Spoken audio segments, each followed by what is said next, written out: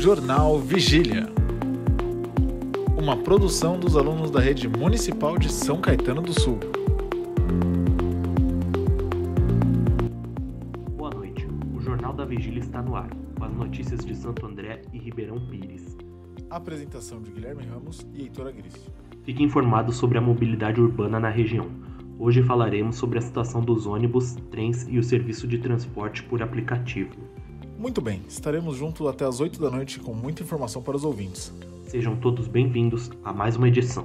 O Jornal da Vigília dessa terça-feira está começando. Santo André.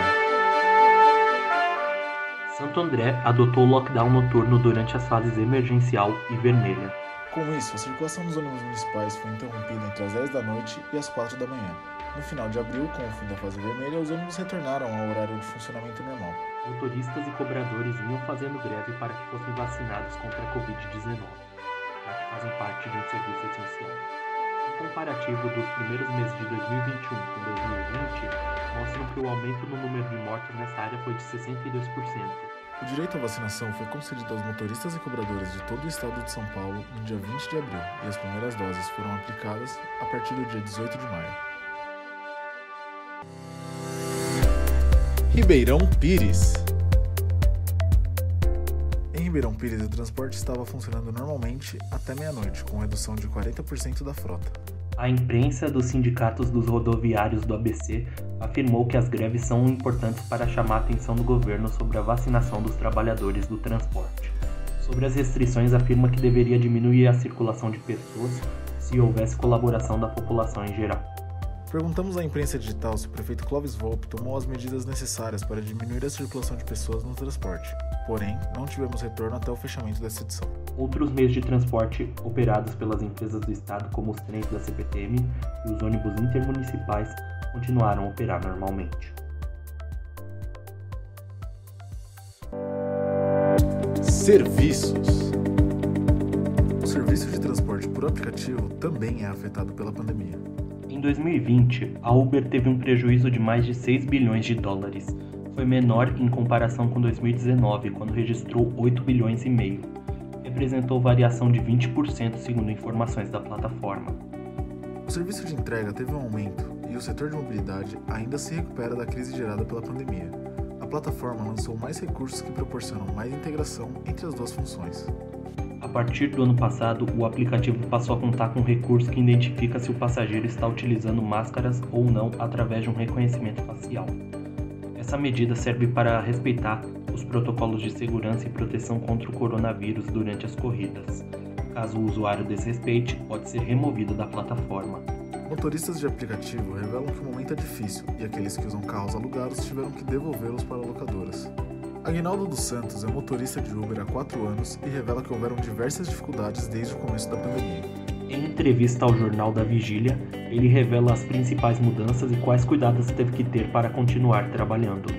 Bem no começo da pandemia, quando foi anunciado, e dava essa impressão de que todos nós iríamos pegar, que todos nós iríamos ter que utilizar uma UTI, eu me senti bastante seguro. Tanto que, nesse primeiro mês, eu não trabalhei. Fiquei 4 semanas em casa, mas depois a gente foi vendo cuidados que poderiam ser tomados e tudo mais. E hoje eu trabalho tomando todos os cuidados, que tem que ser tomado. E quem disser que desconhece tanto as regras para o usuário quanto as regras para o motorista está mentindo. Existe um ícone dentro do aplicativo com todas as regras da OMS e as próprias regras da Uber. Eu, ao iniciar qualquer viagem, no início do meu dia, eu sou obrigado a responder a um questionário, onde eu digo que eu tenho ciência daquelas orientações. Opinião pública.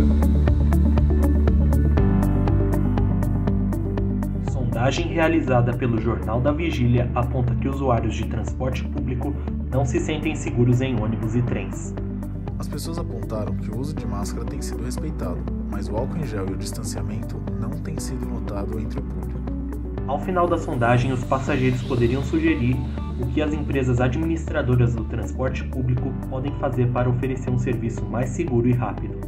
Dentre as respostas, a maioria das sugestões foram o aumento da frota dos trens e ônibus, diminuição dos intervalos nos horários de pico, além da distribuição de álcool em gel nos terminais e estações. O formulário foi divulgado virtualmente para os moradores e frequentadores do transporte público nas 2 cidades do ABC.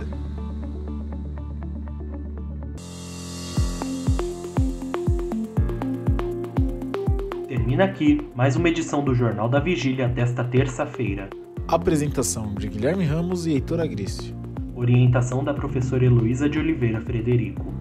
Para mais informações da região, acesse avigiliapi.wordpress.com.